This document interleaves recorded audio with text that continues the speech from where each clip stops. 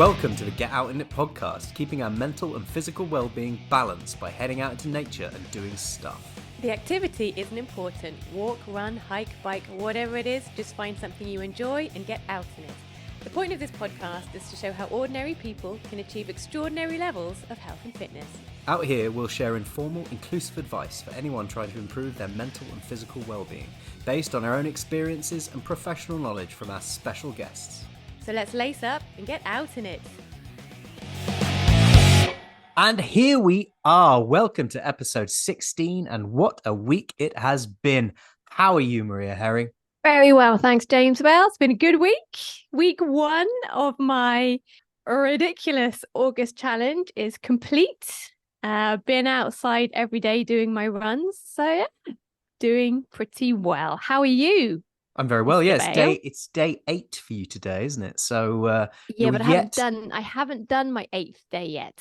No, but it is day 8. So either your run is yet to come later in the day. But yeah, I'm very well. I'm progressing through the week. Lots of exciting things to look forward to in the next week or so. So, you know, advance and onwards we go. It's all right. Life's all right at the moment. It's not too bad. It's been worse. It's been worse. And you know, I'm running more. I'm lifting more. The comeback is real. But okay. What I got to ask you first is, what have you done this week to get out in it? Got out in it.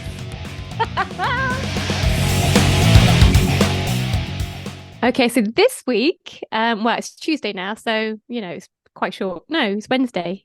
Hang on. Wait.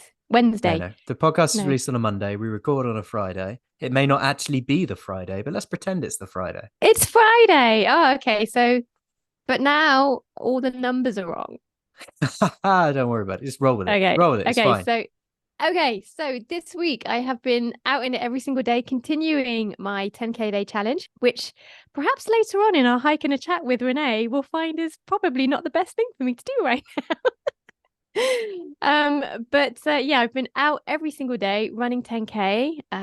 I've settled on a really nice 10K loop. It's a 5K trail loop followed by a 5K road loop, and it's actually quite nice. I am digging it. It's quite good fun. But I also got out in it in Lyon this week, and found a great cafe which we are going to hear about in the weekly roast section of the pod. But that's me, 10K a day, absolutely fucking nailing it. What about you, James Bale? What have you done this week to get out in it?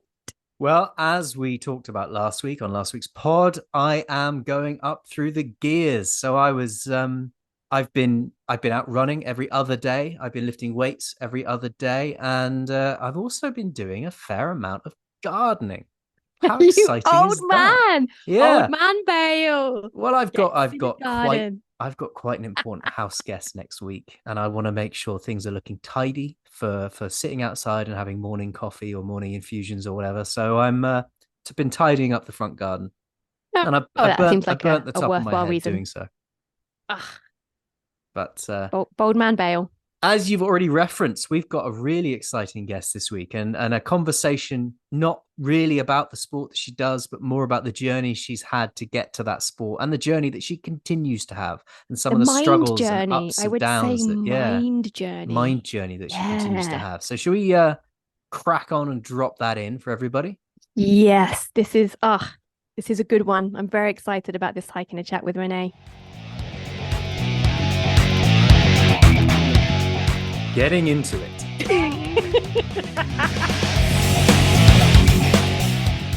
So this week, we are lucky to be joined by Renee Kiley, an Australian professional triathlete since 2017. Renee recently came 6th in Challenge London and 3rd in Challenge Wales. But Renee's story is not simply one of becoming a pro and racing triathlon. It's been a journey to get to this point, and one we're happy to have her on to discuss. Renee, great to have you along. How's things? Really good. Besides not remembering what country I'm in half the time and sometimes what my name is, everything is going great. I'm injury-free and happy and training in some amazing locations in the world, so I can't complain at the moment. And as always with this podcast, the first question we ask is, what have you done this week to get out in it? Oh gosh. Well, I guess that's an easy one for me right now. So I can say that I just raced on the weekend. So that was definitely getting out in it as Challenge London, and it was the first. They've been running that triathlon for quite a while as a private brand, but this is the first time that Challenge ran it. So it was pretty crazy, to be honest, racing in the streets of one of the biggest cities in the world. So I definitely got out in it on the weekend. And you finished in sixth place. How did the race go for you? What did it feel like? What was it like out there? Yeah, look, obviously, I don't really like finishing sixth. I like to be finishing a little bit up further up the order than that, but the field was quite good. The half distance isn't my strength. I'm much better at the full distance, but we committed this year to not doing a full distance till later in the year and just having a bit more fun with racing and trying to get lift up my speed and sort of top end speed and power by doing a whole bunch of halves. So I had a pretty good swim. I was only 2 minutes down on Fenella, so I was pretty happy with that. And I had a good bike. I pushed the highest power I've pushed all year and a half, and we all kind of rode within a minute of each other, like all the top girls. So actually, besides Fenella, she was off the front from sort of second to ninth. We were all sort of within a minute or two of each other coming off the bike, and yeah, I felt I was a little bit disappointed. If anything, I was a bit disappointed in my run. I just felt like based on training lately, I could have run a little bit better than that. But I think just the faces on most of the pro women on that run were kind of all like zombies running on that course. So yeah, the bike course was a little bit hectic. It was 3 loops, 5,500 competitors, like age groupers at all different distances. So it got a bit crazy, and the road surface was pretty bad. So Welcome to I the was quite UK. thankful to. I know. Yeah. Well, I was quite thankful to make it back to T2 in one piece. There was actually 3 or 4 pros that had the extension snap and everything. So, yeah, it was a nice hit out. And although I'm never happy with sort of anything lower than fifth place, I can't complain about the effort I put in. So, yeah, it was kind of close racing. So it was okay. What was your half marathon time? Just out of interest, you said you struggled on It the was run. Yeah, it was over 22K the run. So I think the times, like in the results, I think I was around 133. But I think all of us like got on our Garmin's around 22K. So Okay. I'm guessing around 129, 130, around that kind of mark, which I say that's like I wasn't that happy, but for me, I'm not a great runner. That's definitely not my strength. And my PB is like 127. So I'm always between that 127 and 131 mark all the time. I would love to run a half marathon in an hour and a half. That would be mental. Oh, And yeah, pulling it's that not off. fast enough in the pro field. But pulling that off as well after a big old bike ride and a big old swim, it's just it breaks my brain a little bit. It's amazing. Really Maria, all about Maria not being perspective, a isn't it? triathlete. No, Yeah, not at yeah. all. Not Yeah, at and it all. does. It's funny that you say that because we complain a lot as triathletes. You know, we're never happy. It's never good enough. Never happy with this. Never happy with that. And I think for me, particularly with my background and where I've come from, so, you know, like I'm always pulled in 2 directions. Like one direction is I'm being realistic. Pro sport doesn't care about your background. Like if you choose to race professionally, you're racing professionally, and no one cares where you've come from or what you're doing. Like you've just got to try and be competitive. They don't care about how long you've been doing the sport or anything like that. But sometimes I find I can get quite negative and hard on myself, and I just think it's important sometimes for me, particularly, to step back sometimes and get a little bit of perspective about the women I'm racing and how long they've been doing the sport and their background versus mine. And yeah, just get a little bit of perspective on that sometimes instead of putting myself in a big hole and questioning whether I should even be racing pro. I think we all need that perspective sometimes, don't we? You know, when you're whatever sport, or whatever distances or challenges you're putting yourself through, there are a lot of people that aren't able to do that or don't do that. That sometimes you need to reflect on that a little bit. Aren't able to do that is a very, very good point. Yeah, it actually perspective is one of the things that I bat on about all the time that I think is really important, but I really need a reminder of it myself as well. So yeah, you're right. Like looking at our own background and our own progress, but also looking at people that can't do it. One of my biggest inspirations is Lauren Parker. I know you know Lauren. Mm-hmm. I've known her since she was an able-bodied athlete. We went to Kona together as age groupers. So she's like a huge inspiration to me. And when I start complaining about my life and how hard things are, I really try to think of her. Yeah, too right. So, as I alluded to in the introduction, your journey hasn't been a straight line from youth sport into some sort of triathlon program and then spat out as a long course athlete. We want to talk about that background and that journey that you've been through to get here. You know, your website and interviews I've seen with you, you said you were a sporty kid, you know, growing up in Australia, you did sports. What happened at a young age that sort of put you on a different path? And what was that different path? I feel like, yeah, when I was growing up, I was a sporty kid. It was always like kind of team sports, like tennis, basketball, a little bit of swimming in primary school, not much, ballet, dancing, those kinds of things. And then I would say like my dad was my coach in basketball, and basketball is a sport that I reached the highest level at. I kind of played at a national level until I was about 16 or 17. And my dad was my coach from the time I was maybe like 11 through to 16, 17. And he was quite hard on me, like in a good way, like not in a terrible way, but like pushed me quite a lot, getting up early and training, and second was never good enough. And yeah, quite firm with me. And I feel like when I went to university, so I finished year 12, was still playing basketball at that stage. But I grew up in this tiny little country town, like population 5,000, and I moved to one of Australia's biggest cities, Melbourne, to go to university. And I just remember like having all these thoughts when I first moved out and on campus with uni, like even just little things going to the grocery store. And, oh my gosh, like I can just get whatever I want. There's no one here telling me what I can and can't do. So that was just a huge change for me, like going from living with parents and being quite disciplined and training and school and all that kind of stuff to moving to this big city where you're pretty much on your own. And I was quite mature for my age too, so I was going out quite a lot. And I just stopped as soon as I made that move. So I wasn't even 18. It was like the end of, I finished school when I was 17. Yeah, I just lost all that discipline and I just stopped playing sport and pretty much straight away. Like I'd always been smoking a little bit, you know, like at school and at parties and stuff like that. But pretty much as soon as I moved to Melbourne, I started smoking full time, stopped playing sport, and then obviously like eating unhealthy, you know, you're going out Fridays and Saturday nights hungover, so then you eat all the greasy food like to recover, and my diet just got bad.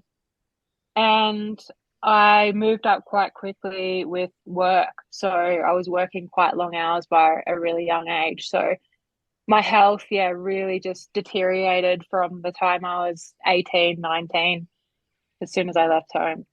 And did you, through that period, was it when you moved to university and you got that freedom that you spoke of and like, you know, going to the grocery store, doing what you want, going out when you want, drinking what you want, eating what you want? Was that a sense of relief, or did you miss the health and discipline a little bit? Or was it just, no, I'm having fun. I'm having fun and I'm doing what I want to do? I think there were certainly moments over that from the time that I moved out and started uni, like from there moving forward 10 years, there were definitely moments where I was like, "Oh, I wish I had kept playing basketball. Like I miss that. I miss the competitiveness. I miss the sport. I still loved sport, even though when I was overweight and unhealthy. Yeah, it's not something I would say I thought about every day, but I definitely had moments quite often where I thought, imagine, because I was quite good at basketball. I used to play even my last year of high school, I played in like the league under the WNBL. It was called like state league. So there were quite often times where I thought, oh, imagine maybe how different my life would be if I kept pursuing basketball just for another couple of years, like I potentially could have been. playing in the top league in Australia, like maybe, or even so there were definitely moments, but it's not something I thought about all the time because I was pursuing my career and then my business and wealth and like accumulation and stuff pretty quickly at a young age. So that sort of consumed me a lot and hid the problem, I guess. What was your business? What were you building? So when I left uni, I started working part-time. My uncle owned a mortgage broking business. I'm not sure if you guys have that in the UK, like Yeah, mortgage broker. we Yeah. have mortgage brokers, yeah. Yeah, so I just started making coffees and like helping out with reception and stuff while I was doing uni, like because I paid my own way through uni. So I did that like 3 days a week while I was at uni. But I just fell in love with work. I loved it, the independence, earning money and stuff. So I cut back uni part time and went full time, 5 days a week, just as a receptionist at that company. And then, so I did that for like 1 year. And then an opportunity came up in that business to be like a personal assistant to a mortgage broker. So then I did that and I did that for like 6 months. And then they started training me to be an actual mortgage broker because I just really enjoyed it and I was good at it. I liked the numbers, I liked the property market. So yeah, I moved up and I was a mortgage broker within that business. And then I got my best friend, a guy called Nick, a job at that company as well. And we were working at that company, I think, for 3-4 years. And by the end of that 3 or 4 year period, the two of us were like writing 90% of the company's business, basically. And my friend Nick said to me, I don't know why we're working for someone else. Like, we can do this on our own. So when we're about 24, I think we just left, like, and started. It took one of the admin employees with us and started our own mortgage broking business. And does that still exist? Yes. So it's quite the story with that. We started that when we were 24. I can't remember what year it was. So I worked in that business and we built that business quite quickly, actually. It ended up being like one of the most successful and biggest mortgage broking businesses in the state of Victoria. So when I fast forwarding a little bit, like when I started triathlon, I was obviously racing age group, but I was still working in that business full time. My first year pro, I was still working in the business 4 days a week. And then by this point, we had like 25 staff, I think. And then when my second year pro, when I decided I just can't do this unless I'm training full time, I can't compete with these women. My business partner and I sat down, had a chat, and he said to me, okay, you can step out of the business for 4 years to have a go at this. And after the 4 years, you have to either sell down your remaining shares in the business and leave for good, or you have to come back full time. So I was actually really grateful that he gave me that opportunity. I don't think many business partners would even give you a 4 year chance at giving something else a go and stepping out of the business. So that ended, what year is it? 200, 2023, 200, 2023. You've been traveling too much. That ended. Yeah. That ended, that 4 year agreement ended in 2021. So between 18 and 21, I wasn't working in the business at all, but I was still a major shareholder and obviously founder and director. And at the end of 2021, I had to make a decision on that ultimatum. And I don't know if I did the right thing, but anyway, here I am. I decided to stay pursuing triathlon. So basically, I got paid out for my remaining shares in the business at the end of 2021, and I no longer have anything to do with the business. But they have like 40 employees. Like, it's a big business now. Yeah, they have, I think, around 40 employees, and they do financial planning and all sorts of stuff. So I'm obviously still in contact with my business partner, and we grew up together, friends and stuff, but I don't have anything to do with the business anymore. That's really cool. I love that you it's really cool. And I do love that you were getting like deeply into sports while you were building a business. I think that's awesome. But I am fascinated that you went from basketball to triathlon because they're not the same. No, but that was like a total accident. I was in a pretty bad state of health. Like, I was 105 kilograms, smoking a packet of cigarettes a day. My blood pressure was like 151 over 101, resting heart rate 99 BPM. Yeah, I wasn't in a good state at all. I was completely absorbed and addicted to my business, and I was working 7 days a week, 70, 80 hours a week, had nothing else in my life except for designer clothes and beautiful bags and properties and money and all that kind of stuff, which I think all that kind of thing in reflection is a good band-aid. It kind of like hides what's really going on underneath. Um, yeah, I can't remember what the question was. Oh, triathlon. Yeah. So I had no idea what a triathlon was. By this point, my health had deteriorated over like 10 years. I hadn't done any sport. I think I'd done the occasional like fun run for charity or something, but I didn't run. Obviously, like I walked. But other than that, like zero exercise. There was no exercise in my day-to-day life, no sport in my day-to-day life. And then in 2014, I went to visit some friends in Queensland, and you guys might have heard of the Noosa Triathlon. Mm-hmm. It's like the biggest triathlon in the Southern Hemisphere. And I went up there and they said, oh, one of our friends is doing this Noosa Triathlon. We said we'd like go and watch it. Do you mind if we just pop in for a couple of hours and then we'll leave? I said, no, that's fine. I always like sport. So anyway, we went to this Noosa Triathlon and I was standing on the steel barriers on the side of the road where all the cyclists come into T2. And I was just standing there and I was just watching them, and I was watching all the cyclists come in. I was like, gosh, there's like really old people and big people, small people. Everyone's like having a great time. Like, and I think the most like the thing that I remember most is I was so out of place in that environment. Like I had hair extensions down to here.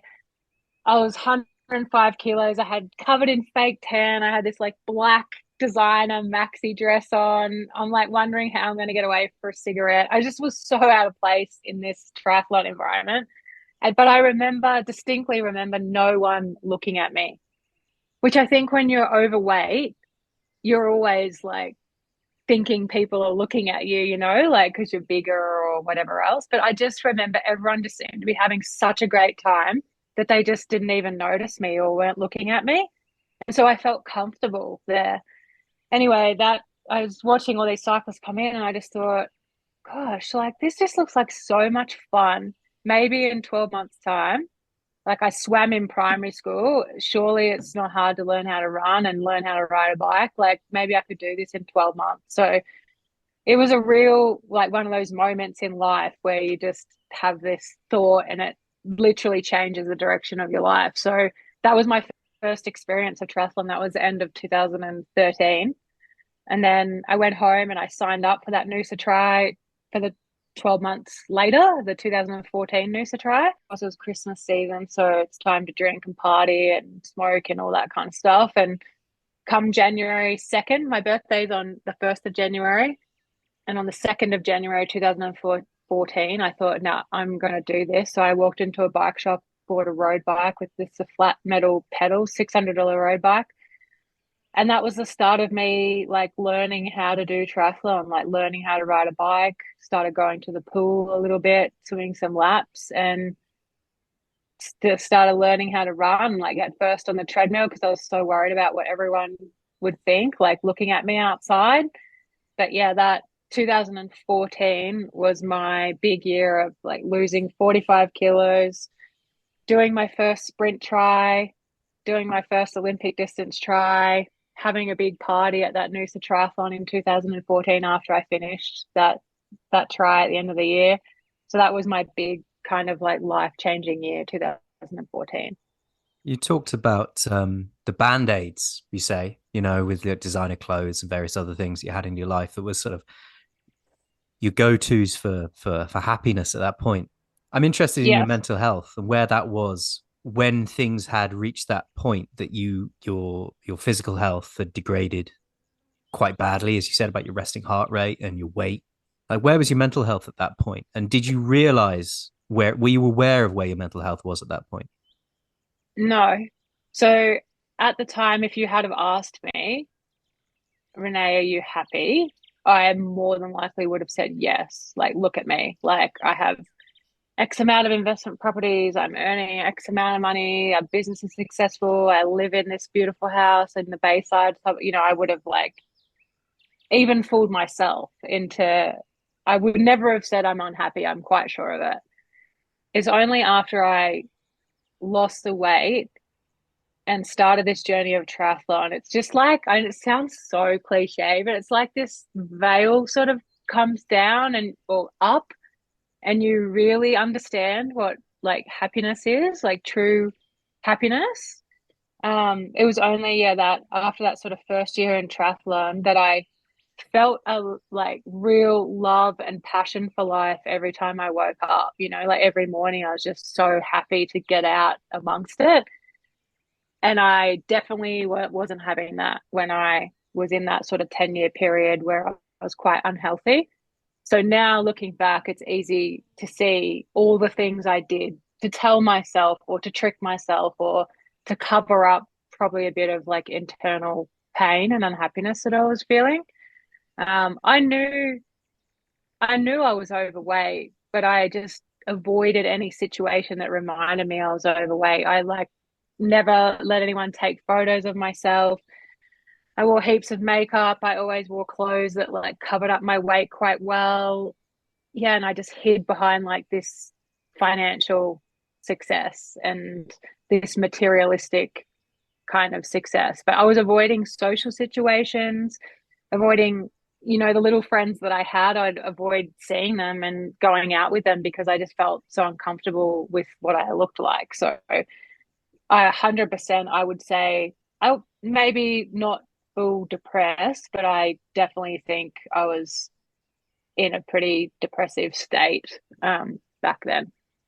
I think it's quite easy these days, especially with social media and stuff. I think it's really easy to fall into that trap of believing that we are happy because we've got the external successes that people look at, like the money and the clothes and the makeup or what have you.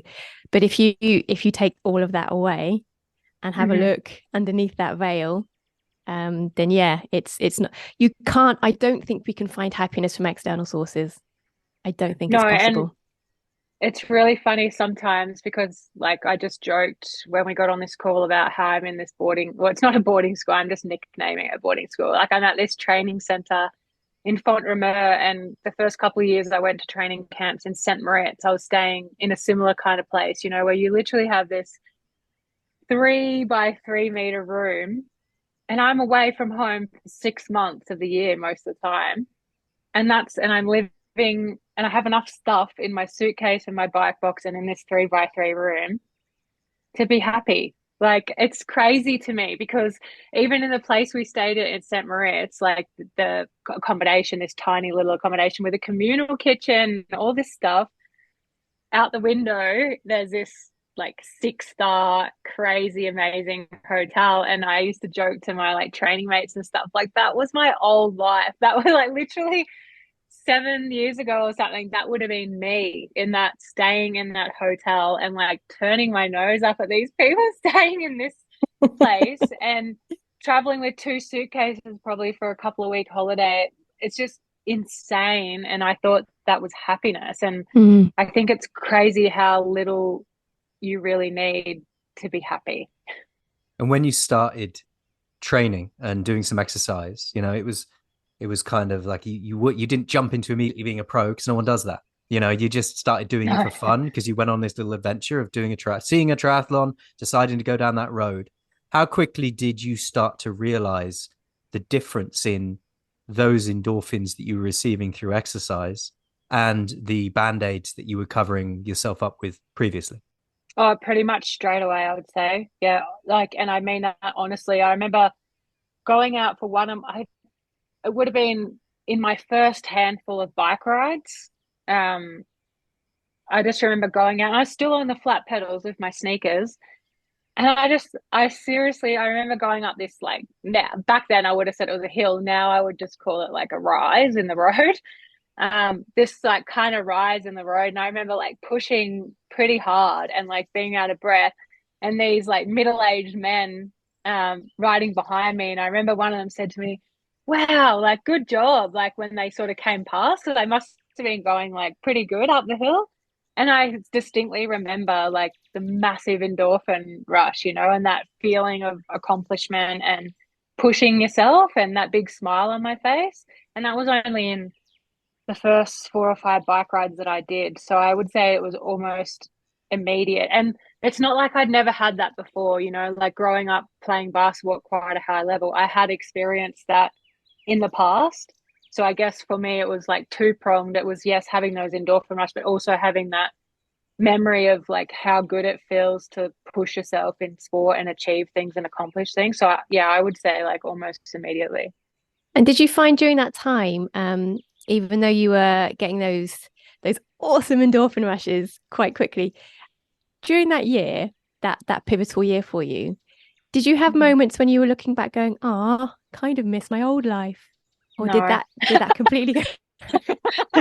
No, because I still had it. Like, you know, I was still running the business and earning good money. The only difference was I was working 60 hours instead of 80 hours. So I was still working really long hours during the week, but the weekends were for like doing more triathlon, and I met a whole bunch of new friends that started triathlon at the same time as me. So I had new social circles. So it was actually, I kind of had the best of both worlds. And I really felt like more energetic at work, and I felt I could feel that I was like setting a much better example for our employees and stuff. You know, they would say, "Oh, you look great," or like, "You're doing a triathlon." And some of them even came and watched some of like the couple of sprint distance triathlons and stuff I did. So, yeah, there was never a moment. There's moments now that I'm racing pro, Yeah, yeah. You but suddenly no. realize how little money there is in pro triathlon. I'm like, God, what am I doing with my life? Yeah.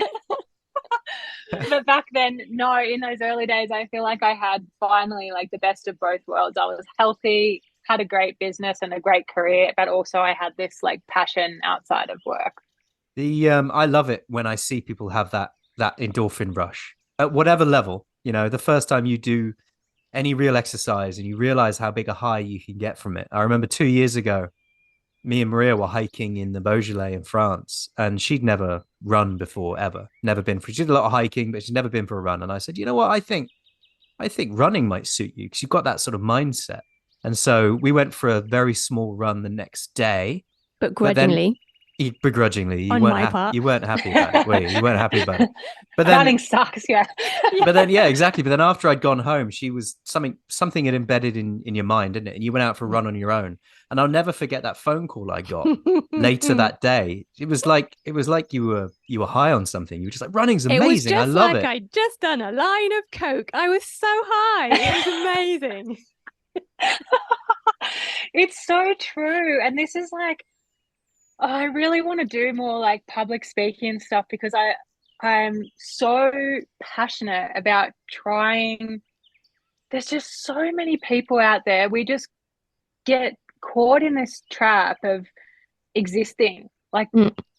and I'm not talking about something I don't know about. Like it was literally me. Like 10 years of my life. I feel like I lost 10 years of my life. And of course I achieved things in business and all that kind of stuff. But point being, like, I think we just start to like wake up and go through the motions and tick the boxes and do the same thing every day. And all of a sudden, like 10 years has gone by and we're unhealthy and we're living this life like in gray. There's no ups and downs. We're not chasing goals. And it's really scary how quickly life can go by um, without having these feelings of like these endorphins and these accomplishments and these highs. And yeah, it's kind of scary how we can get caught up, how long we can get caught up, and how quickly time can go by. And I think some people just have never experienced it, or they just completely forget how good things can feel.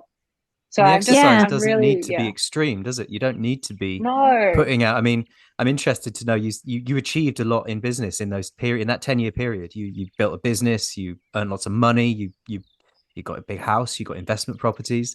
Do you think if you'd been doing just a little bit of exercise alongside that, that success might have been even sharper?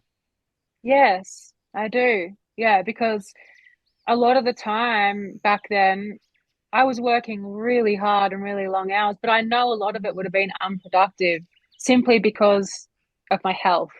Like, I just think I could have been a lot more productive if I was a little bit healthier. So yes, I do think it would have been exactly the same, or potentially I could have got another 5% out of myself on the business, saying a little bit every day, and my health wasn't in such a bad state.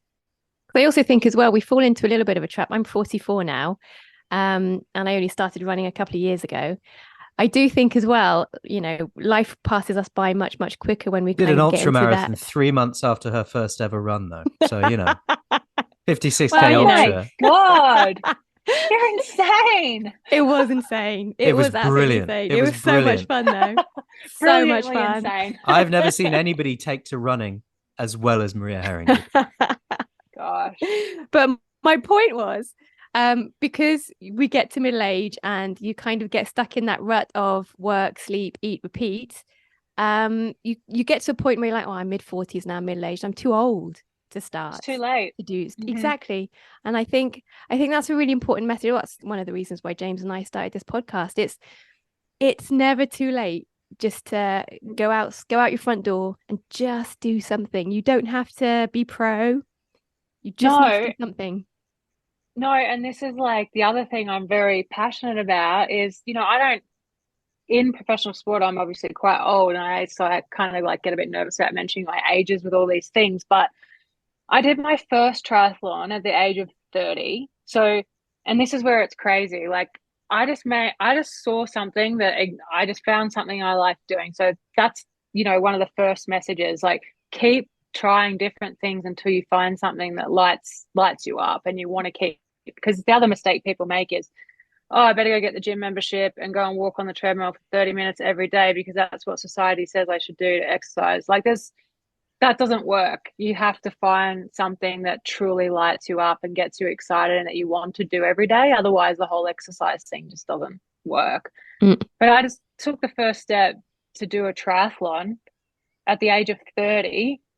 And then who the hell, like, seriously, if you said to anyone, is it possible for someone to do a sport at the age of 30 for the very first time and then 3 years later be doing it, having smoked for 10 years professionally and not done any exercise? Yes. Yeah. And just having lost 45 kilos to then competing as a professional, and a couple of years after that on the start line at 2 world championships, racing as a professional. Do you think that's possible? Most people would say, don't be ridiculous. You can't like be a professional, like turn into a professional athlete at the age of 33. That's it. Even I thought that was insane.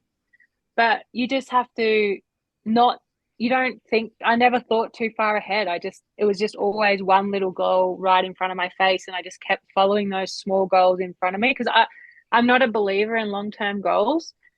I never really have been, even when I was in business and stuff, because I just think so much in life can change and there's so many variables. But I'm a huge proponent of having a short-term goal, like a 3-month or a 6-month goal all the time, because I truly believe if you have that short-term goal 3 or 6 months and you tick it off and then you make another one 3 to 6 months down the track, that's the best path of progression because it doesn't seem too difficult, doesn't seem too far away.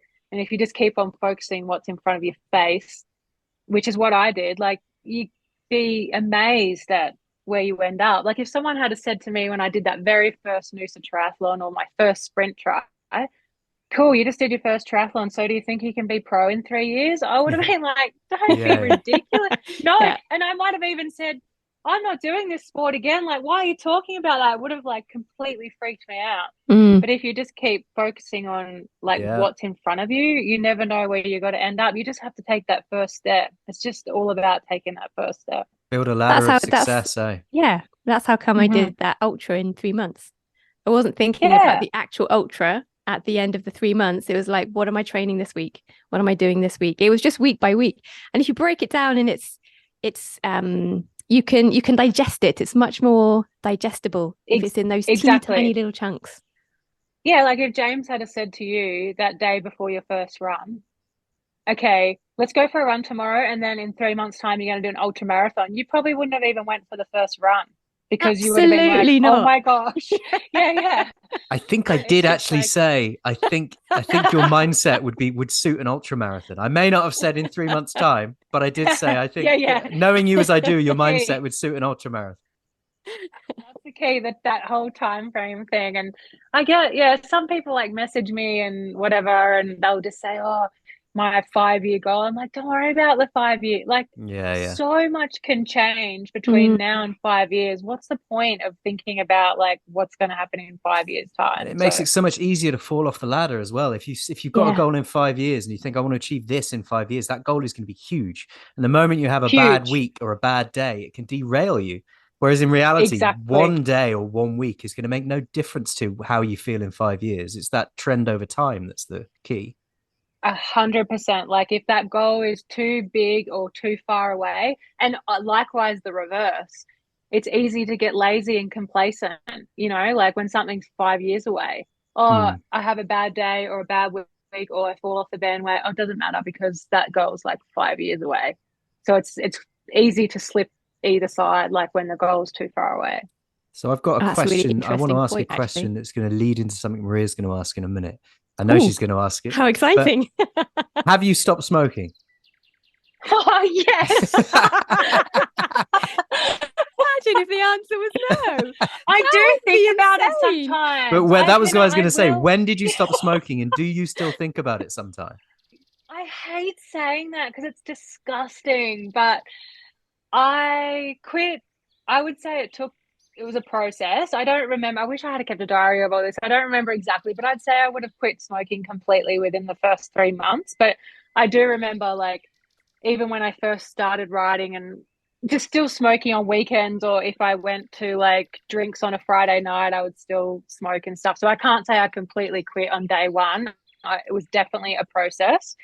But there's probably should I be talking about this? I Yeah, of feel like this course. is I a mean, bad it's example. it's important. I'm being honest. That's what I'm all about, being honest. Okay, I'm like itching here, getting nervous to say this. Oh, Uh, After my first 70.3 in 2015, I did my first 2000 70.3, and I remember going for drinks afterwards. And I actually have a photo. It's disgusting, but I had a cigarette because I obviously the alcohol. As soon as you start drinking, mm, I don't reckon I'd had a cigarette for 6 or 7 months, but I probably hadn't drunk much either in that time. And as soon as I had a few drinks, I was like, oh, I think I want a cigarette. So I remember having just like one or two puffs and going, this is disgusting, and like putting it out. So I think with ex-smokers, it's always about the memory of the habit or how good it used to feel when you were drinking at the same time. It's never that you actually want a cigarette. So no, I have not picked up a cigarette now for, gosh, I reckon 5 years. But there's sometimes moments if I have a couple of drinks, I'm like, oh God, maybe a cigarette would feel good right now, but I would never. but this is good because I think I don't know, I can't talk for everyone. For me, I've got demons. I've got demons with my health. And so it's great that we can talk honestly about that. Because I'm wondering if having an active lifestyle can help people kind of overcome their demons. I mean, I had the trifecta of demons. I had cigarettes, booze, and drugs when I was Oh, me too. There we open yeah. up about more stuff. Yeah, me too. Yeah, I had that whole trifecta. Now, cigarettes and drugs I've completely knocked on the head. It's been a good 15 years, so huzzah for me. Um, but the echo of my desire for alcohol, even if I've just had one or two little gin and tonics in the summer or something like that, it always rears its head. And I have to fight that demon to stop drinking after one or two and not get absolutely blacked out. And I'm just wondering if you believe that having an active lifestyle can help us kind of quiet those demons from our past, or will we always have to fight them? No, I think we always have to fight them. Like, I honestly think I have a really addictive personality, and I'm guessing that you probably do too. Like, Mm, I went through the whole clubbing phase, all the party drugs, can't remember like a few years of my life. Drugs, like, in work days, all that kind of stuff. Less drinking for me, more of the drugs and the smoking and the clubbing and stuff. But I'm the same with alcohol. I don't like, I pretty much don't drink now, and that's because I drink to get drunk. I don't like yeah. have one or two glasses of wine. I'm not one of those people that has a glass of wine at dinner and then, like, to me, like, what is the point of that? Yeah. We Yeah, should yeah. have pour glasses. Like, Finish the bottle. Yeah. Pass out in your puke. And get a bit happy. Yeah. But the thing that worries me about myself is I know I have this really addictive personality, and I know a lot of that addiction is channeled into going all in on pro triathlon at the moment. So I really worry about when I retire from racing pro, how I'm going to find balance in my life. And I really don't ever think if you have that real addictive tendency, there is ever any balance. I really just think it's about how you manage it and channel your addiction. Like I believe for me, once I stop racing pro, I'm going to have to find another outlet to channel my addiction. Otherwise, it's going to be back to food, smoking, whatever it is. Yeah, but I think that's the case. I mean, me and Maria met 20 years ago, and we met in Bristol where we both worked in a bar, and we lived that lifestyle. You know, it was going out, it was drinking, really? it was the party lifestyle.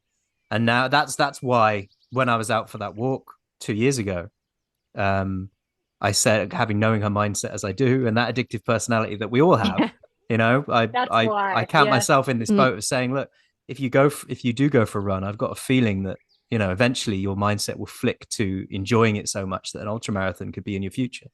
And I was quite right on that. I think. Everything makes sense now. Yeah. But it's true though. It's nice. It's nice having running, because I do trail running and I do obviously long distance.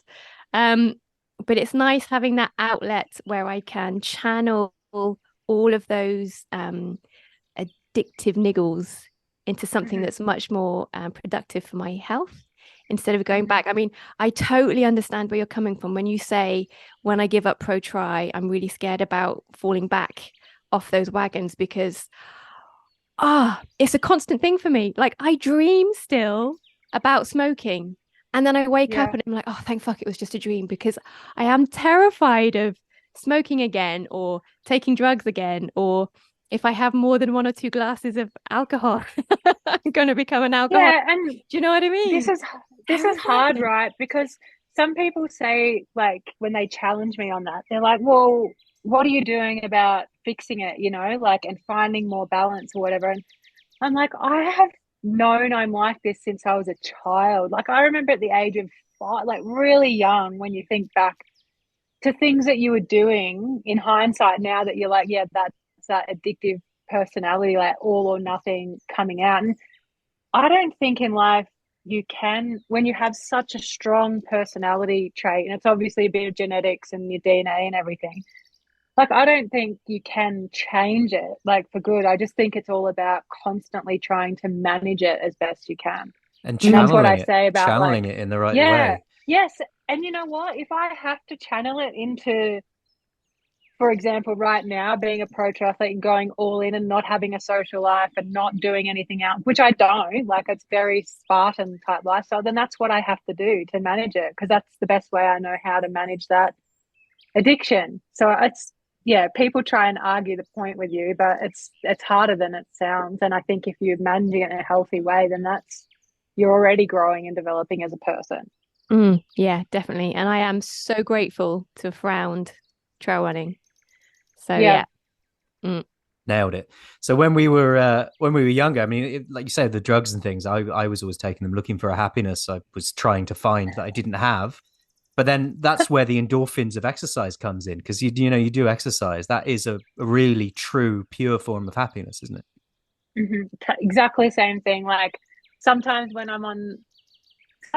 with training, you know, as a pro, it gets a bit monotonous, and there's obviously lots of shit days and whatever, but there's sometimes when you climb a mountain pass or something and you've pushed really hard and you felt great all day, like, you get to the top and I just smile and I'm like, yeah, this is what I'm doing this for, you know, like, it's that reminder of this feeling is what I'm doing this for. And those views. I regularly, the views, but also I regularly, when I'm trailing behind my house, I've got a lovely forest behind my house where I do my trail running. It's awesome.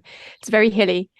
And I often just whoop out loud for the pure joy. Same. I'll do sometimes the same. Yeah, you're like, wow, this is awesome. It's very cool. It has to come out. It's very, very cool. And I What? don't Like, feel any shame. nah, it's good fun. And some days, like, it is shit. Like, there's not a lot, but I would say there's one day a week or one day every fortnight that I wake up and I don't want to do this job anymore. Like, it's Mm, hard and you're tired and whatever. But the key here is that I think when you're living a good life, there are those moments where you don't want to do it, and there are the extreme highs because even though lows are shit, like the highs are really, really good. And that's way better to me than just being at this gray or this five all the time where you don't have any emotion either way. You're just hmm like getting out of bed without thinking, not excited about anything, going through the motions. Like to me, I would prefer to have like these extreme highs and lows because that's all makes it worth it rather than my old life, I guess, was more of a like five every single day. Yeah, absolutely same. Yeah. So when you say that when if someone had said to you when you started doing triathlon, you're going to be pro in however many years, you'd have laughed them out the room. When it Yeah. came to making that decision to take your pro license, was that a hard decision because of that? Was there an element of imposter syndrome anywhere, or maybe this isn't for me, or were you just like laser focused at that point?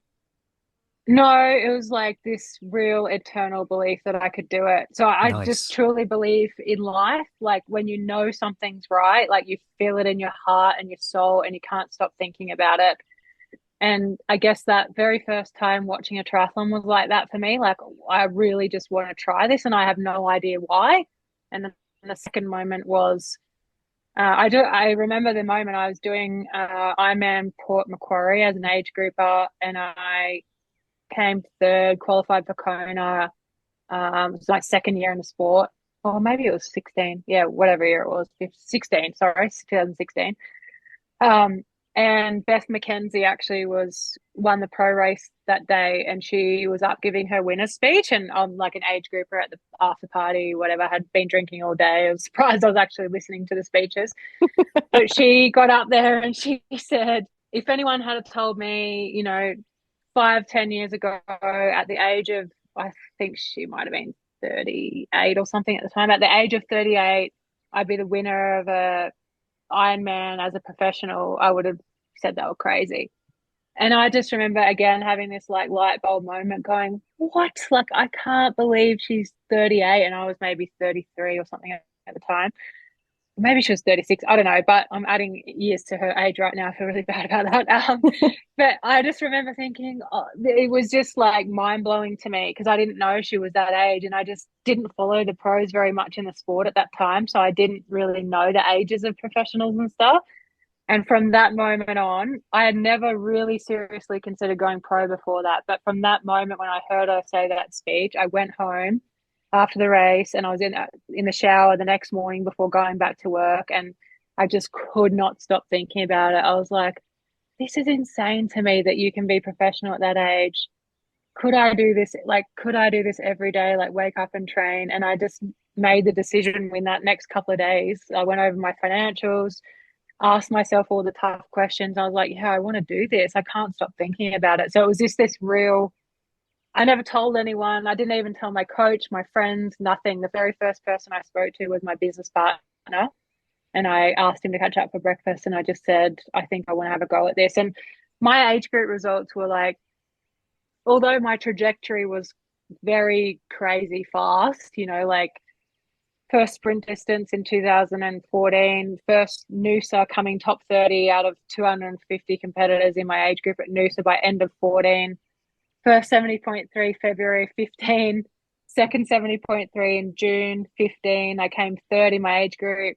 First Ironman 3 months later, won my age group. 6 weeks after that, I went to Kona. So Oh my my God. trajectory was very, very steep and fast, but I still don't think anyone would have, like, everyone was saying how, like, crazy it was that I got good so quickly. But I don't think anyone would have looked at my results and went, oh, she should be racing pro. Like my results were good. I was on the podium at every race, but I don't think I was ever one of those like super, well, I'm not super talented or didn't have one crazy impressive discipline where people were like, oh, she should be racing pro. So it really was like just me and my own internal feelings and belief. And that's why I didn't tell anyone, because I didn't want anyone to say, no, you're not good enough or you can't do it, because I just really believed within myself that I could.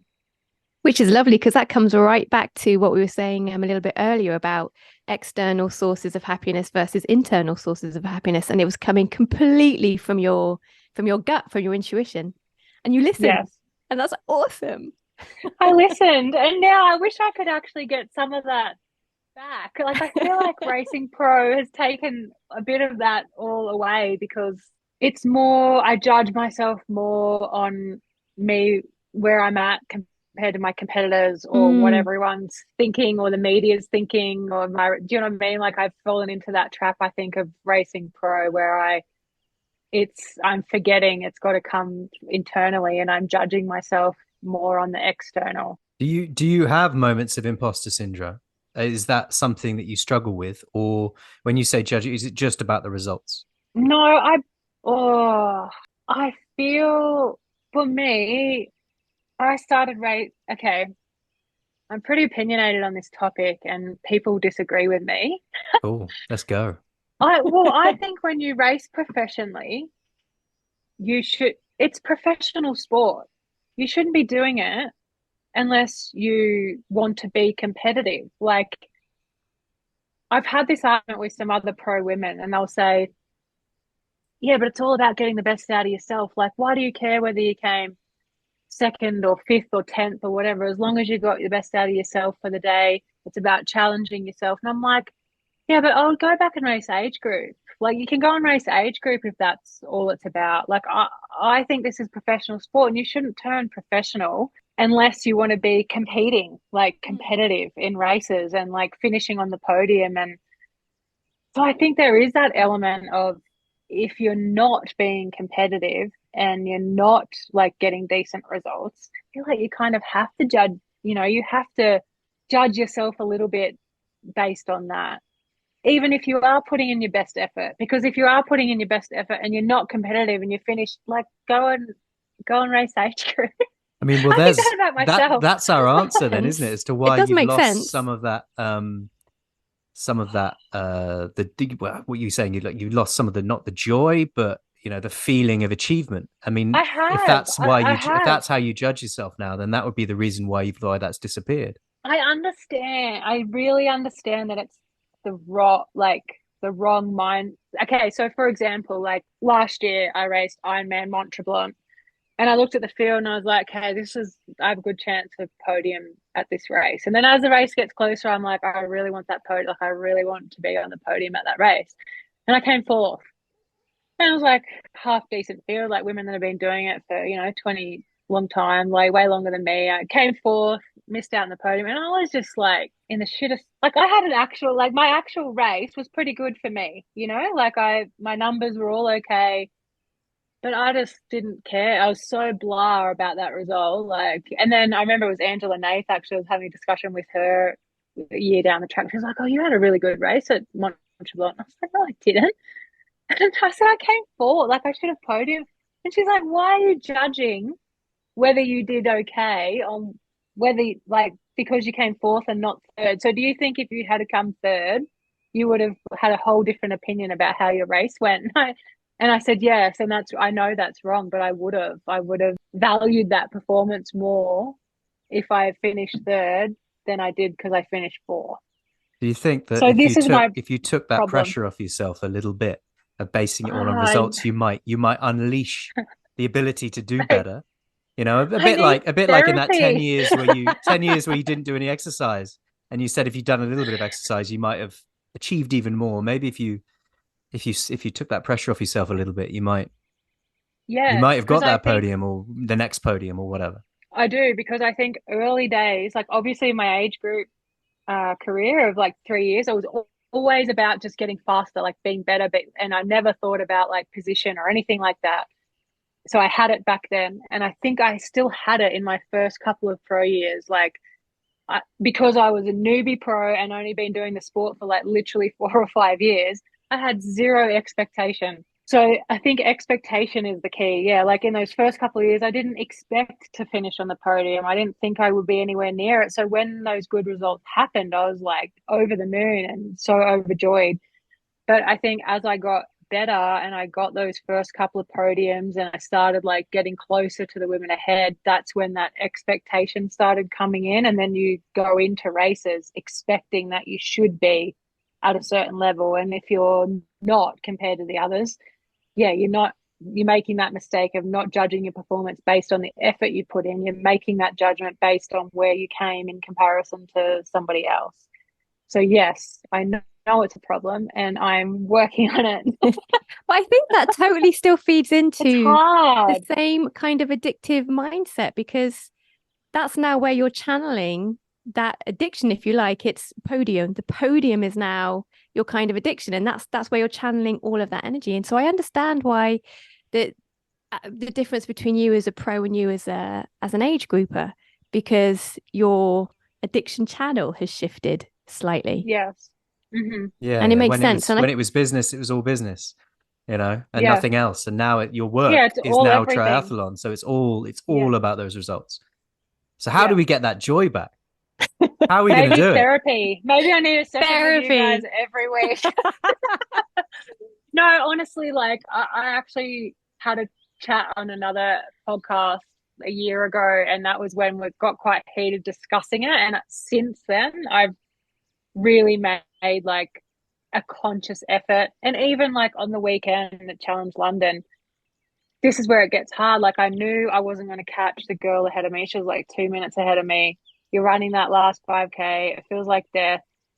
And it was like the first time in my race, I just repeated over my head, like over and over and over my head, just get the best out of yourself today. Just get the best out of yourself today. I just kept repeating that in that last 5K. And it was probably the first race I could, like, the first race since early last year that I can honestly say that mentally I pushed 100% to the end. Because I found in the last 12 months when I'm not chasing for that podium, or I think my results not that great, I've found it really mentally difficult to keep pushing myself. And I can honestly say there's been a few times like I've mentally given up.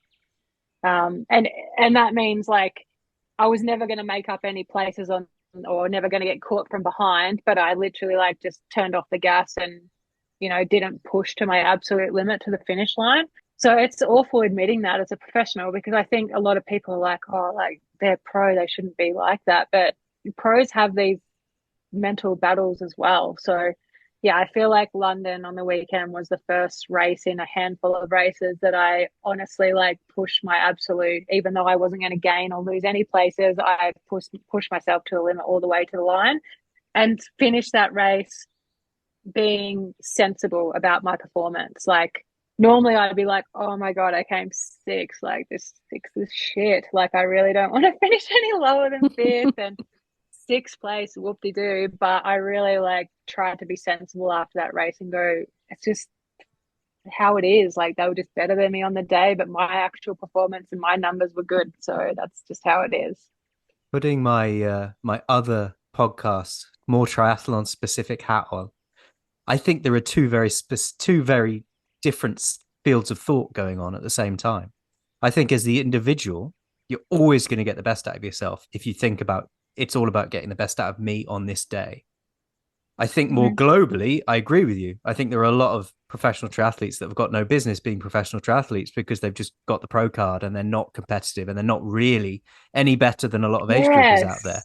Yes. But that's not something that should enter the individual mindset when training or racing as you are, because you shouldn't judge yourself by that yardstick. The getting the best out of you on the day individually is always all about getting the best out of you, because you're not just pack fodder making up numbers. Yeah, but as soon as I am, I'm not going to race pro. This is my point. Yeah. Triathlon's an interesting sport because there's the top pros, and then there's a lot of professionals down that it filters down very quickly. I mean, me and Tim have made the argument many times that we should have tiers like pro football, where you're trying to qualify for different. It would be awesome, but just because that problem exists doesn't mean you should judge yourself as an individual by that problem. It's not when you're, I think as a coach, if you want to get the best out of somebody, forget about the competition until race day and always try and get the best out of yourself all the time. And I think that should be the Yeah. objective, shouldn't it? Doesn't Yeah. mean it just because you think, oh, it's all about getting the best out of me, doesn't mean that you've forgotten how important it is being a professional triathlete and how much competition and being competitive means to you. Yeah, and we shouldn't, like I was just saying then, you shouldn't mentally quit because my position in the race isn't what my expectations are. You should still Yeah, always totally. try and get the best out of yourself. And you know what? It's shit when that happens because it's this cycle, like those times where I have mentally quit and you do that and then you're in a negative spin for a couple of weeks because deep down, you quit. So then you're battling with yourself, like knowing, and no one on the outside knows. Like I could use again Challenge Wales where I came third, like whenever that was a couple of months ago. I mentally quit in that race. Like the girl ahead of me was, I don't know, 3 or 4 minutes ahead of me. The girl behind me was 4 or 5 minutes behind me. And But you never know when I was, she's going to get a cramp because she's pushing too hard because she knows you're only 2 minutes I behind know her. this is the thing, right? But I like got caught up in the whole settling for third. I'm not going to get second. Yeah, so I know that I mentally quit, and then you're in a shit headspace for a couple of weeks because no one knows on the outside because everyone's like, oh, third at Challenge Wales, well done, you got a podium, blah, blah, blah. But me, I knew that and maybe I would not have like run up to second, but even if I pushed myself to the finish line, at least for the following weeks, I would have been like, yeah, I really pushed to the well, like in those, like I can do this, I can really push through when times are tough, but I didn't. So you have to do it. You have to get the best out of yourself because it just becomes a negative spiral I after mean, that if you don't. maybe that's your therapy then, isn't it? Every time you feel like you're gonna mentally check out, you push yourself to the end so that the next day you wake up going, whatever happened, I pushed myself to the end. Yeah, you're like proud of the effort. Yeah. Yeah, But I irrespective think of the result. that's also a really important message for people like me and our listeners who aren't pro and they aren't elite athletes. They just want to live a little bit healthier.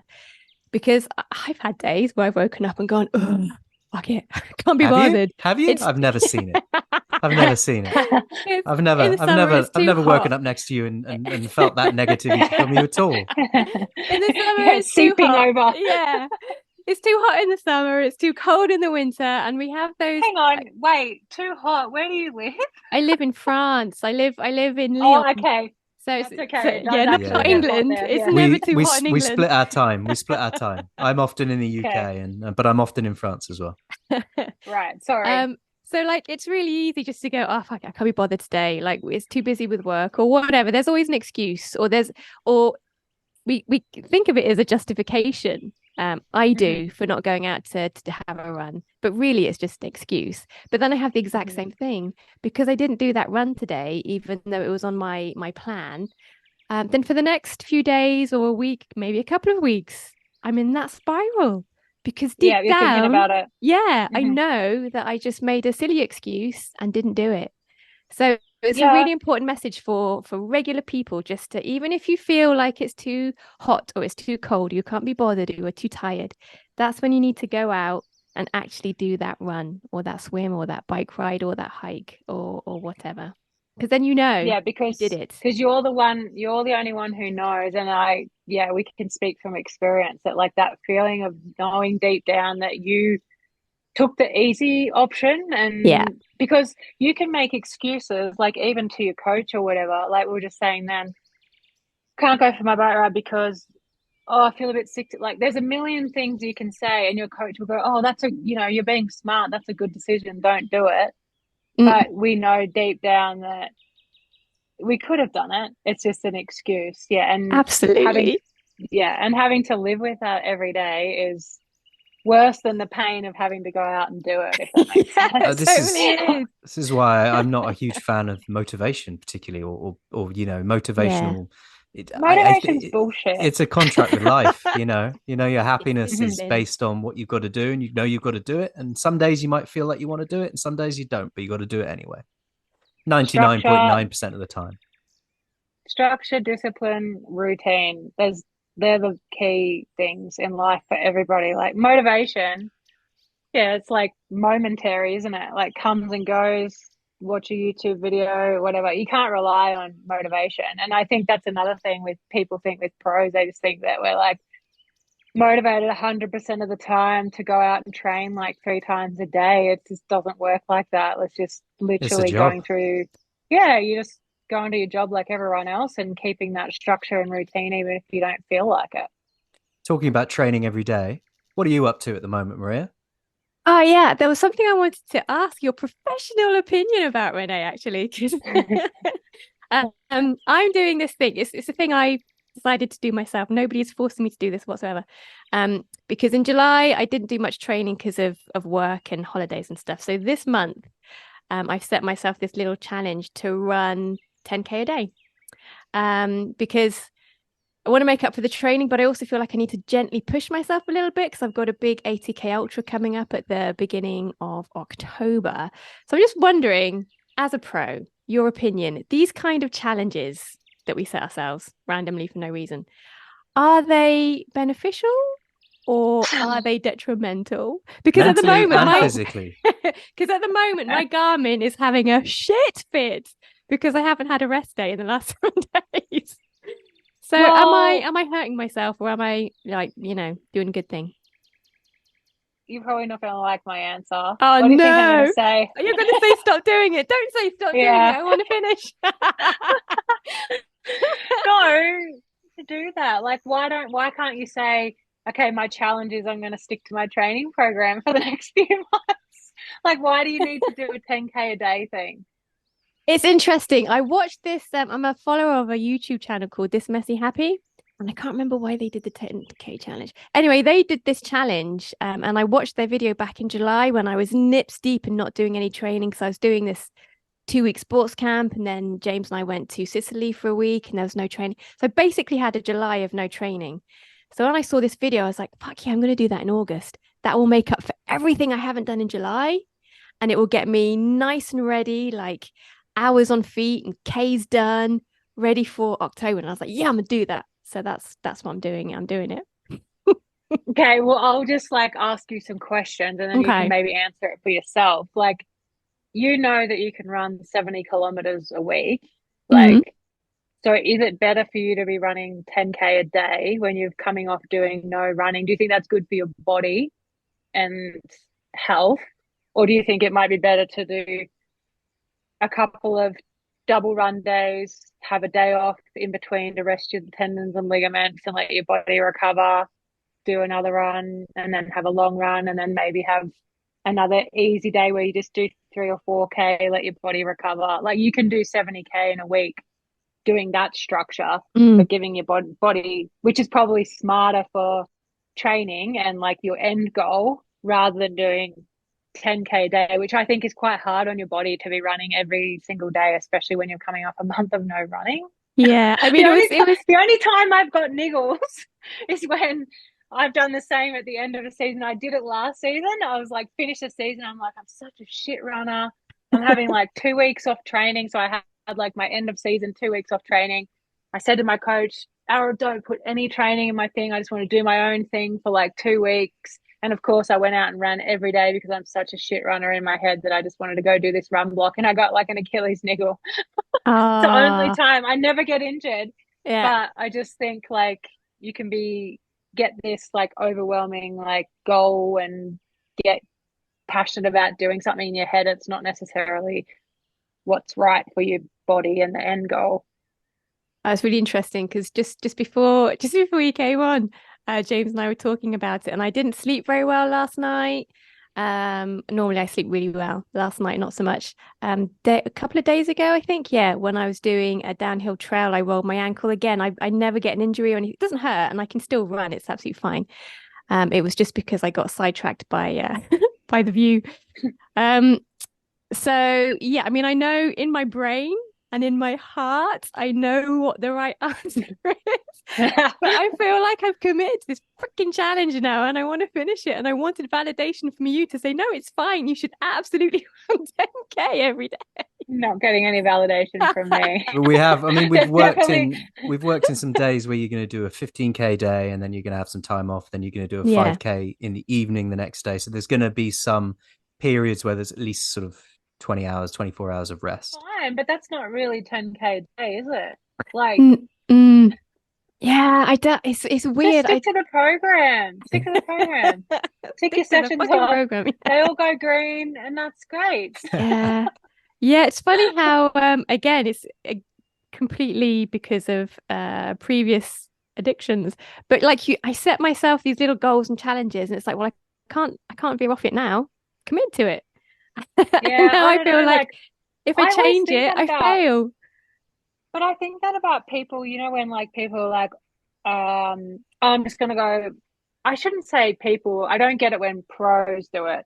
When they're like, oh, I'm gonna go, but like chase a whole bunch of Strava segments on my ride. Like I've never been into that kind of stuff because I'm more like, that's crazy. You're not doing your training properly. Why don't you do your program and your training properly? To me, I would get I'm the more same as you. I've satisfaction got of no interest in Strava segments or any of that shit. like, why would you What I do need to that? It's do and just then like, I do it.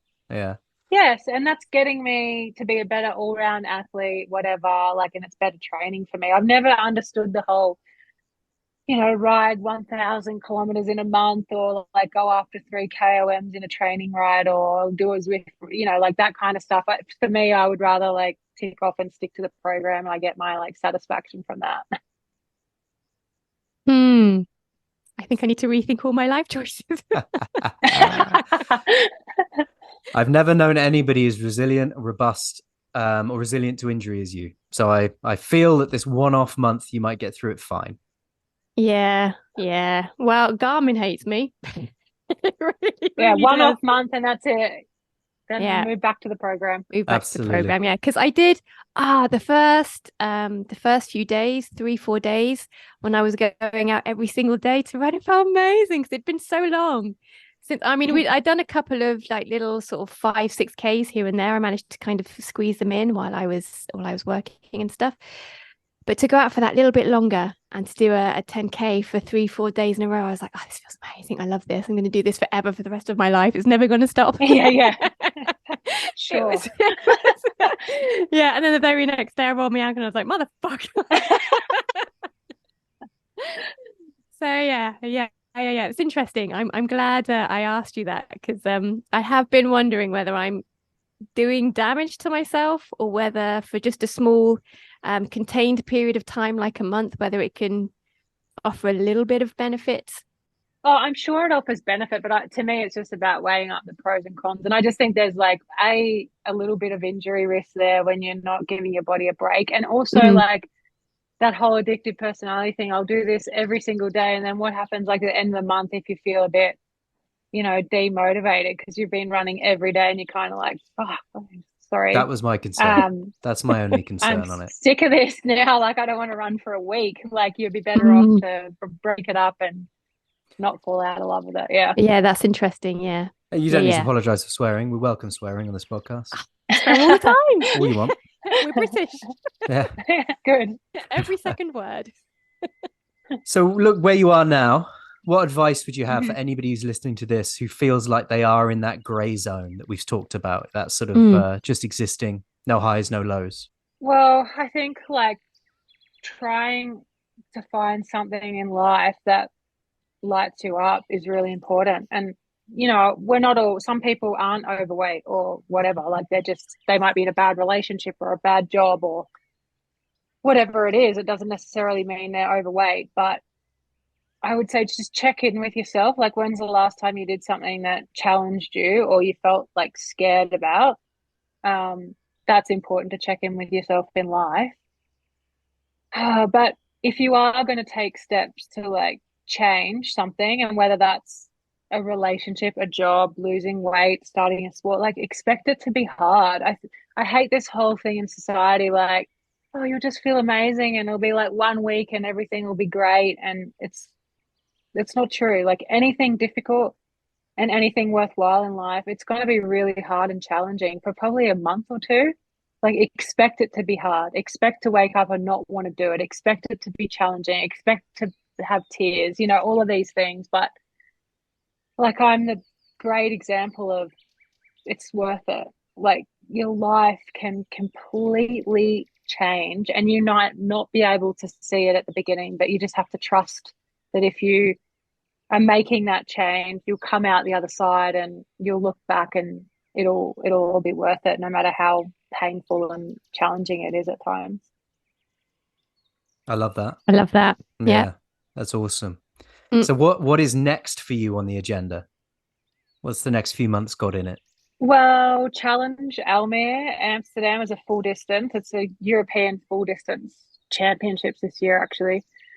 That's been my goal race all year. I haven't actually, in my past, I've raced quite a lot of Ironmans because I'm better at the iron distance. But this year we made a commitment after Kona, and I lost my soul out on the Queen K last year. I was like, I just can't do an Ironman. The Ironman grind, I can't do it for a while. So I haven't done an full iron distance since Kona last year.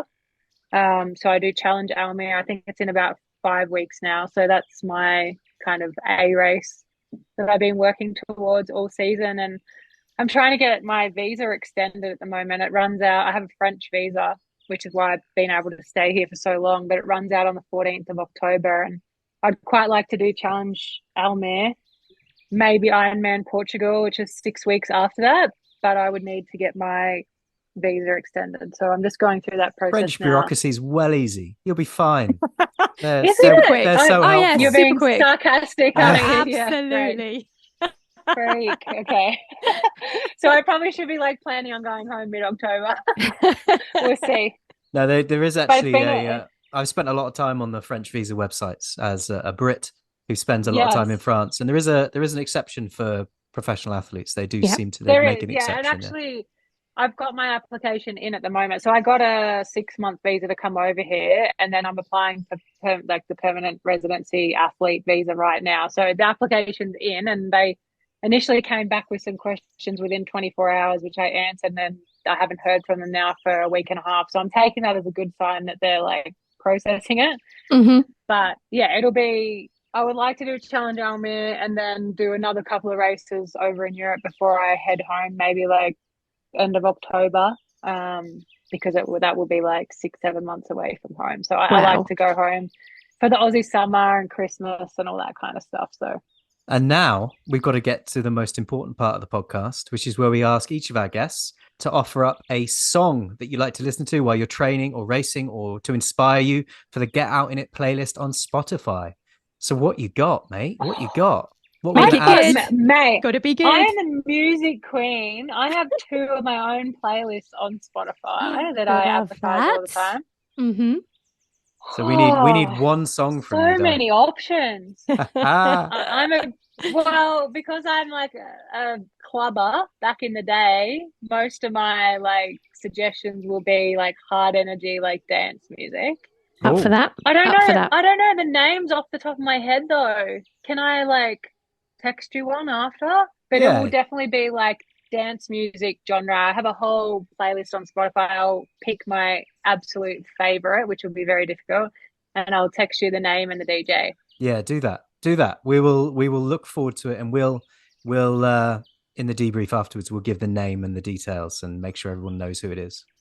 I do like the hard kind of clubby house style. You have to listen to my playlist. You'll die. I will. It's from the 2000s. It's from the 2000s.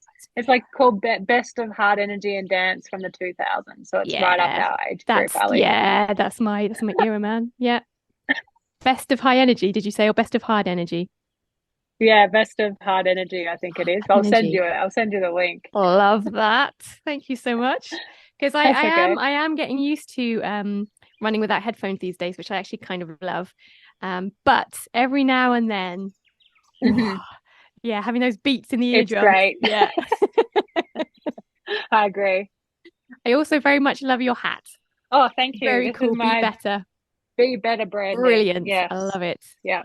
And it's I love that pink. Are there any sponsors or associations you want to give a shout out before we wrap things up? Just to Win Republic, they're my main sponsor and they are amazing to deal with. Like Luke and Beth, they're awesome. And obviously my own merch, Be Better merch, hats, jumpers, and t-shirts on my website, reneekiley.com. Cool. Is I that a love pink it. cloud? Is that a pink cloud on that hat? Yeah, this represents dreams. The cloud represents dreams, and the dots represent like the plan or the goal to get there. So Nice. Nice. my Oh, tagline, like the three dots on instant messenger when somebody's typing in the middle of yeah, typing. like Yeah, thinking. I Yeah, love it. thinking. And the Be Better tagline is Be Better Than Ordinary. Love it. Nice. Love it. Well, look, it's been an absolute pleasure. I really It's enjoyed been this. amazing. Thank you Yeah. so Thanks. much for coming to talk to us. No problem. I've loved it. Thanks, guys. The debrief. The emphasis was correct, I feel. Okay.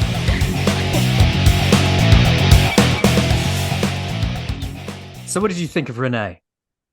Oh, I love her. Is that too much? I do, though. I love her. We love strong emotions on this podcast. That was quite intense, I feel, but I feel like it was a therapy session. I really enjoyed kind of digging deep and going deep into some of our background issues and how they have shaped the way we are now and the sports that we've chosen now. And yeah, I really liked it. It was really, really good fun. Yeah, I think it's interesting, isn't it? What resonated with me was the addictive personality element, because I know that we both count ourselves as having that sort of mindset. And, you know, you're kind of all or nothing into what you're doing. And how when she first started doing triathlon, she was still very focused on her business and making that success. So that was kind of her job. And the triathlon was the joy. And now triathlon has become her job. She's lost some of that joy that she used to get from it because she's channeling that focus and that addictive personality into the triathlon itself, and maybe finding reasons to beat herself up for not being as competitive, or even to the point of saying the idea of getting the best out of myself on the day is not the reason I should be racing. The reason I should be racing is for results. Where if you can marry those two things, you know, if you can take the pressure off yourself and say, well, I do need to get the best out of myself on the day. And in getting the best out of yourself on the day, those results will come, rather than making them two competing factors that fight with each other. Yes, I heard, who said this? I don't know. Was it Toe Pratchett? Was it Toe Pratchett? No, probably not. I don't know. Anyway, somebody said comparison is the thief of joy. And I think it's true. Yeah, I believe that also to be true. I really enjoyed the chat. I really did. And I think she's brilliant.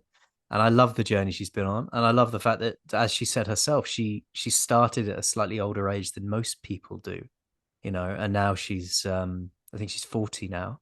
So, and she's still competing with the very best in the world on some of the hardest courses in the world, and will continue to do so for some time. And I think that's a very good example of how endurance sports, it's never too late. Even if you might never go pro, but you can still get the best out of yourself if you want to, by just committing a little bit of time to doing some sport every day. Yeah, and I think that's the important message, isn't it? Because even though the people that we have on and the people that we chat to, they are professionals in their field. It's not saying to people, listen to this elite person, you'll never get here. It's listening to their stories and where they've come from, and just highlighting the fact that, yeah, they're just completely normal human beings who just so happen to have done this extraordinary thing. Like, I love the fact that she was so open about her background and her addictions and the things that she struggled with. That resonated really, really deeply with me. Obviously, you and I, we've never been shy about our pasts and what we've kind of the kind of dark, treacly depths that we've swum through to get to middle age. Middle age. I'm still young. Okay. I don't think middle age counts, does it? Yeah. Does it? Yeah, a little bit. Oh, yeah. No. Old man Bale. Yes, very much so middle-aged. And I love the fact that she felt that she could be very open and honest with that too. I think it's really important for everybody to hear that, you know, elite athletes, elite performers, they're not a kind of species apart from us. Yeah, they're not fridge magnets, are they? No. You know, this ain't just motivational quotes and back rubs. Mm, This is everybody has their journeys and their ups and downs, yes. and everyone has their demons and their background and their history, and it all feeds into who we are today. And what it's the difference between dwelling on that too much and beating yourself too much, or deciding how what you're going to do with that and how you're going to move forward. Exactly. And I love like her parting wisdom, um, expressing that anything expect that anything worthwhile, it doesn't even need to be sports, anything worthwhile is going to be hard. And you need to expect that. Because I think a lot of times, certainly for me, when things have got too hard or complicated, I've just thought, well, it's obviously not for me. Because if this thing that I'm trying to do were for me, it would feel easier. But it's not, it's hard, so I'm just going to stop. So I think that was a really important thing for me to hear, anything worthwhile is going to be hard and you should expect that. So thanks, Renee. Yeah, love it. Love it. Shall we go Yeah. and get a Although coffee? well, I'm a little bit disappointed that my 10K day challenge has not been validated. Oh, no. But let's talk about that in the Let's Be Honest. Yeah, Maybe. indeed. Let's go and get a coffee first, shall we? And then we can Okay. settle in and be honest around the coffee table. Okay, let's do that. The weekly roast. Is that it?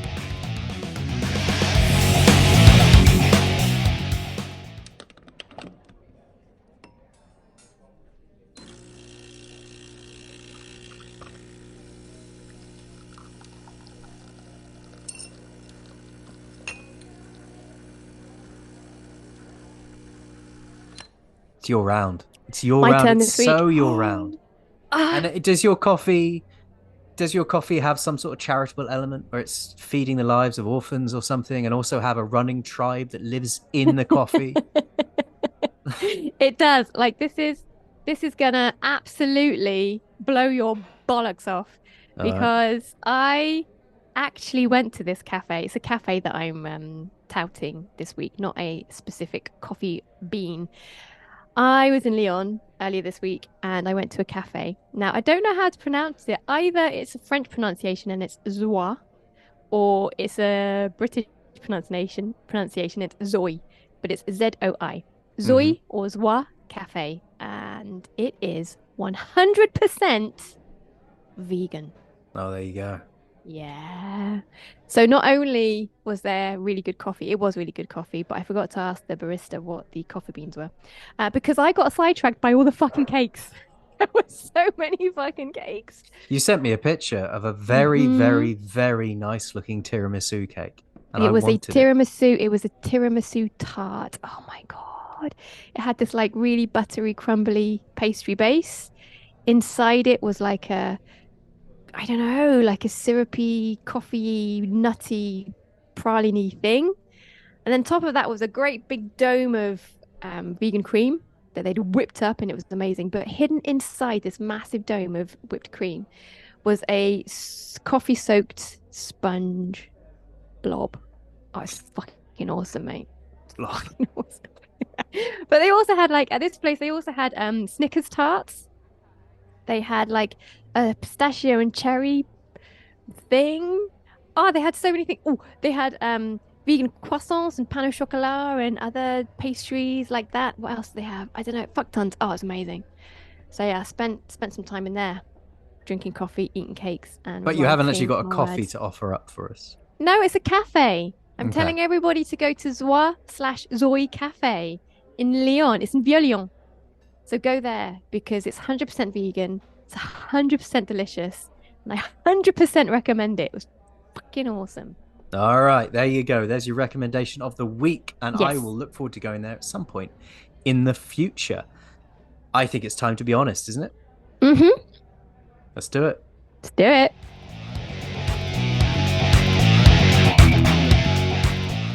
Let's be honest. James Bale, you go first. Yeah, things are going in the right direction. I did 15 minutes times 2 run the other day. My rehab is on target. I was a little bit tender when I first started going. The discomfort is still there. I still don't have the strength Hmm. that I used to have. And I'm still, every now and again, my hip sort of collapses on itself a little bit. But I can feel that run form coming back. I can feel myself lifting off the ground a little bit and getting into that old stride slightly. And I was using some visualization tactics when I was doing my second 15 minutes on the way back home, Hmm. to help push me to a slightly faster pace. And Interesting. I managed a faster pace than I have done for a long time. I did 15 minutes at 6:13 per kilometer, which I know Nice. isn't particularly speedy before anybody jumps on me, but I mean I am coming back from an injury, and it was the I fastest don't I've. think anyone listening is going to jump on you for running 6 minute Ks, James. It was faster than I have managed to run for some time, It's and it very was the most impressive. comfortable I have managed to be There you go. during a run for some time. And I was stoked when I got home, and I'm enjoying lifting the weights. Although now I'm lifting weights again, the DOMs in my legs are chronic, chronic. I mean, Yeah. I can't feel the pain in my hip anymore because my quads are crying out quite so There you much because go. all the It's Bulgarian perfect. split squats I'm doing. I've been, I don't think I've done any strength since the beginning of July. I don't think you should while you're doing this challenge. I think you should just work on conditioning and mobility. And Mm, anyway, it's your turn. mm. How are you feeling about your challenge now, having had that chat with Renee? Ah, well, it's really funny because I don't know. I suppose maybe deep, deep, deep, deep down, I thought she was going to say no, it's ridiculous because I do know that these social media kind of challenges are a little bit, they're show offy, they're ridiculous. I don't know why we do them. But I said it for myself and then I made it public on Insta, which like is irrelevant because I've got maybe two people who follow me on Insta. So it's not that public. Um, but that's besides the point. I know that I set myself this challenge and I want to complete it. Um, and now somebody who is professional and far better qualified than I has basically told me I'm being a bit of a wanker. Oh, I knew that was going to be the answer. mm, And I think you have to take that answer for what it is, which is, I mean, and her advice is valuable mm. and coming from a place of knowledge. But I also think that an athlete who is operating at a level like Renee is will be considering 10K a day at the sort of pace that she would generally be running 10K a day on her training load. I think Okay. you need to, Not the super slow not saying snail you're slow. pace, I'm just saying that snail pace, you old are lady shuffle approaching that it I do. in quite a relaxed manner where you're not Mm. putting any Any emphasis on effort into pace. it? No, you're not putting any emphasis on pace particularly, and No. you're just going out and you're doing this 10K. And I think for you the benefit is the mental side. I think it's really going to be lifting you out of this. I didn't do any training for a month Mm. because you did do some training. Saying you had a month of running is not really true. Yeah, it was very sporadic though. There was no fucking what's the word I'm looking for when things are not what's the opposite of sporadic? There was no Order, order, that's not the word I'm plan, looking for. yeah. There was no yeah, anyway, there was no opposite of sporadic to it and it did my head in by the end of July. And you know, this first week has been wicked. I've really enjoyed it. I've settled down on my little route and it's fun. It's something that I look forward to doing every single day, which is super, super nice. I'm just really annoyed I rolled my fucking ankle, which is typical. I never fucking roll my ankle. I think she did make a good point, which is something that I have been secretly concerned about. And that Okay. is when you do Okay. achieve this challenge and you get to the Mm. end of August, because we plan to put some heavy volume into September Mm. to get you ready for this 80. I'm mildly concerned that when you do this and you're done, you're gonna have this sort of like poof, and there's gonna be a struggle to get yourself moving again for September's training. Yeah, I don't think so.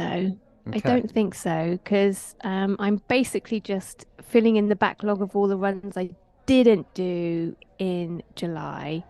And you know that I've been secretly concerned, not secretly, I think I've been quite vocally concerned about my fitness level and getting prepared and being ready for this ultra in October.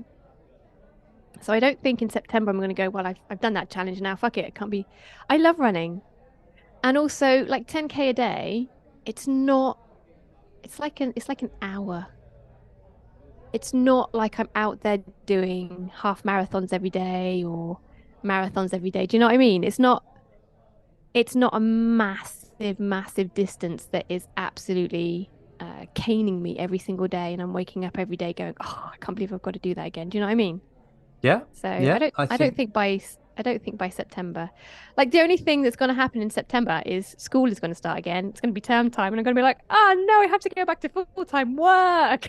That's the only thing that's going to happen in September. And I'll be programming in 25, 35, 45K runs in your weekends, and you'll hate me. Which No, because that is going to be the release I need for all of the back to school fucking pressure. So Uh, now we've got all that off our chest. Shall we go and yeah, put some music on and forget about it? let's do it.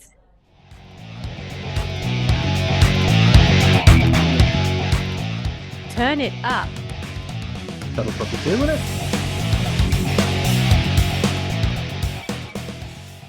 Right, well, first things first, as you've heard in the interview with Renee, she didn't have the name of her song to hand during the interview, but she has messaged it to me while we've been chatting and recording. So I've got the song from Renee, which is added to the playlist, is Urban Train, open brackets, mixed, close brackets, on the Cosmic Gate remix. And it is by Sounds intriguing. Tiesto, Cosmic Tiesto. Gate.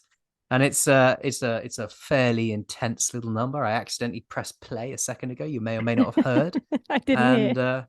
and yeah, so that's her dance number, and it is on the playlist, ready for you all to consume. Nice. Now, Maria Herring, what are you adding this week? Um, I am adding, what can we call this? Okay, so basically, I didn't find a song before we came on to record. So I thought what I would do is a new little game called, I don't know, random run list song choice. It's too long. That's far too much of a mouthful. Anyway, basically, I've got my favorite playlist up, which isn't of any help to this audio podcast. There it is. I can see it. And I'm No just one going else to can. randomly, I'm going to scroll through randomly. I'm not even looking. I'm going to scroll through randomly, and then I'm going to put my finger on the thing, and whatever comes up is going to be the one. I didn't press anything yet. Oh, it's not working properly. Good content, this. Okay. It is Disturbed, shocking, and it's a song from their oh, which is this? Is their, fuck's sake. Basically, the song is Disturbed, and it's called "What Are You Waiting For?" Mm-hmm. And I think I can't remember which album it's off because it's not coming up with an album because I've popped this on a playlist. Maybe it's from their Immortalized playlist. It is. It's from their Immortalized album, which they released in 2018. Oh, well, There there you you go. go. There you go. Disturbed. That was What are a you journey, waiting wasn't for? it? It was. That's Yeah, what let's comes not of do not having that a song again. ready. Not having a song ready. That was a shit choice and a rubbish segment. Let's not do that again. So, inspired yours? by your surprise pop song that you've dipped in every now and again, I'm putting my surprise pop song in this week, Love a which is surprise pop song. my favorite pop song of all time, I think. And it's You Make My Dreams, open brackets, Come True, close brackets, by Daryl Hall and John Oates from the 1980 album Voices. Never heard of any of those things or words or songs or people. You know the song, though. I You know the don't. song. Yeah, it No, I is. don't. What I want, you got to, might be hard to handle, like a flame that burns the candle, and the candle feeds the flame. No. No? That rings literally zero bells in my brain. Okay, interesting. But No. you'll know the if when I play it for you at some point, you'll know the intro. It'll Okay. it'll ring some bells. Maybe All my right. melodic singing didn't do it justice. But also, like we've had this discussion before, my I love what I love and I stick with what I love, like with a fury that blinds me to all other possibilities out there. So it's not unlikely that I've never heard of that song or those people. Fair enough. Yeah. Fair enough. That's about it from us, isn't it? I think we've covered everything. I Yeah. think we've covered everything. I think we have. If you want to find out more, head to www.getoutinit.events. There's loads of info on there, and you can sign up for the newsletter. Download the Personal Development Friend and book a free consultation with us to discuss your health and fitness and the roadmap to get you where you want to be. If you like the podcast, please leave us a review. We could really do some reviews on Apple and iTunes. It takes a moment, and it really helps the algorithm. It does, and we'll also give you a personal, friendly, and much beloved thank you live on a recorded pod. Yeah. Any reviewers get a shout out. So as you can probably hear listening to the podcast, we give loads of shout outs, so we get loads of reviews. Do us a favor. Right. Cheerio. Same time next week. Same time next week. Bye bye bye. Thanks for hitting the trails with us this week. We'll meet you back here next Monday for more news, more views, more nature. All the links for our socials are in the show notes. Find and follow us on Facebook, Insta, YouTube and Twitter. You can subscribe to our newsletter from our website for all the latest updates and camp plans. You get a fun free gift when you sign up. Leave a review on your podcast app. It's really easy and really helps us out. And if you've got any friends who could do with getting out in it, then bring them along to next week's outdoor adventure. We'd love to have you all with us. Catch you next week. Cheerio.